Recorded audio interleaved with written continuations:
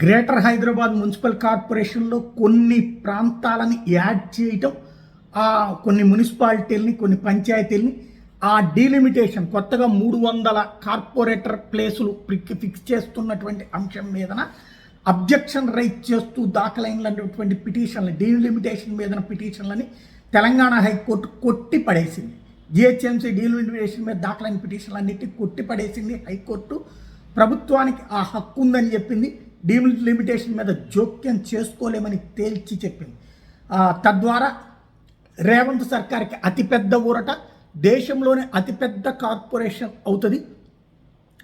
ముంబైతో పోటీ పడేటటువంటి కార్పొరేషన్ కింద హైదరాబాద్ని మార్చాలనుకున్నటువంటి రేవంత్ సంకల్పం సక్సెస్ అయినట్టుంటుంది. అదే సందర్భంలో అది అతిపెద్ద ఎన్నికల అస్త్రం కూడా అవుతుంది జిహెచ్ఎంసీ డీలిమిటేషన్ అన్నటువంటిది. ఓ రకంగా చెప్పాలంటే తెలంగాణకి సంబంధించినటువంటి మెయిన్ ఎలక్షన్స్ తర్వాత మినీ మెయిన్ ఎలక్షన్స్ కాబోతుంది. జిహెచ్ఎంసీ డీలిమిటేషన్ తర్వాత జరగబోయేటటువంటి ఎన్నికలు అన్నటువంటిది సంచలనాత్మకమైనటువంటి వ్యవహారం కాబోతోంది.